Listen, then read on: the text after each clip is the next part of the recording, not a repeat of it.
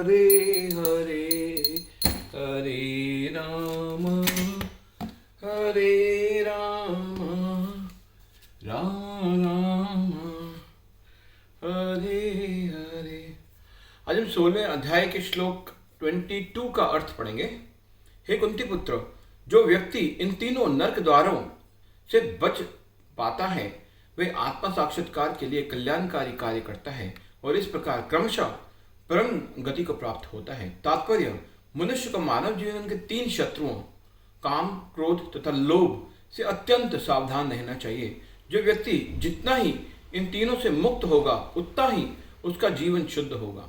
जब तक तब वे वैदिक साहित्य में आदिष्ट विधि विधानों का पालन कर सकता है। इस प्रकार मानव जीवन के विधि विधानों का पालन करते हुए वे अपने आप को धीरे धीरे आत्म साक्षात्कार के पद पर प्रतिष्ठित कर सकता है। यदि वे इतना भाग्यशाली हुआ कि इस अभ्यास से कृष्ण भावामृत के पद तक उठ सके तो उसकी सफलता निश्चित है। वैदिक साहित्य में कर्म तथा कर्म फल की विधियों का आदेश है जिससे मनुष्य शुद्धि की अवस्था संस्कार तक पहुंच सके।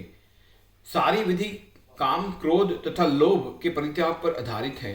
इस विधि का ज्ञान प्राप्त करके मनुष्य आत्म साक्षात्कार के उच्च पद तक उठ सकता है और इस आत्म साक्षात्कार की पूर्णता भक्ति में है।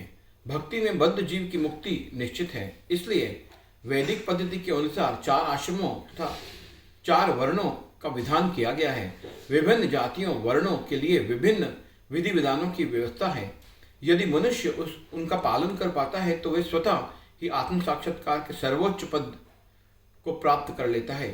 तब उसकी मुक्ति से कोई संदेह नहीं रह जाता। यह शास्त्र विधिम उत्सृजय वर्तते कामकारतः न स सिद्धिम अवापनोति न सुखम पराम न पराम गतिम।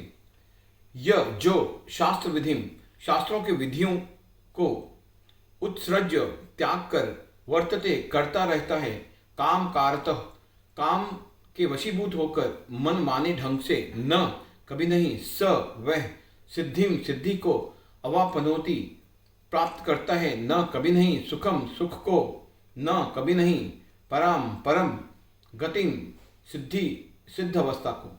जो शास्त्रों के आदेशों की अवहेलना करता है और मनमाने ढंग से कार्य करता है उसे न तो सिद्धि न सुख न ही परम गति की प्राप्ति हो पाती है।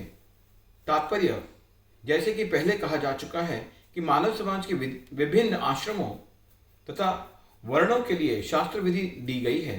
प्रत्येक व्यक्ति को इन विधि विधानों का पालन करना होता है।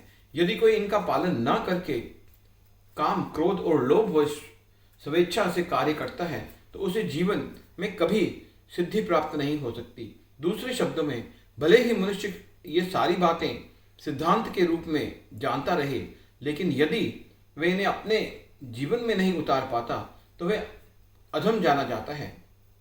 मनुष्य योनि से जीव से आशा की जाती है कि वह बुद्धिमान बने और सर्वोच्च पद तक जीवन को ले जाने वाले विधानों का पालन करे। हरे कृष्णा कृष्ण कृष्ण।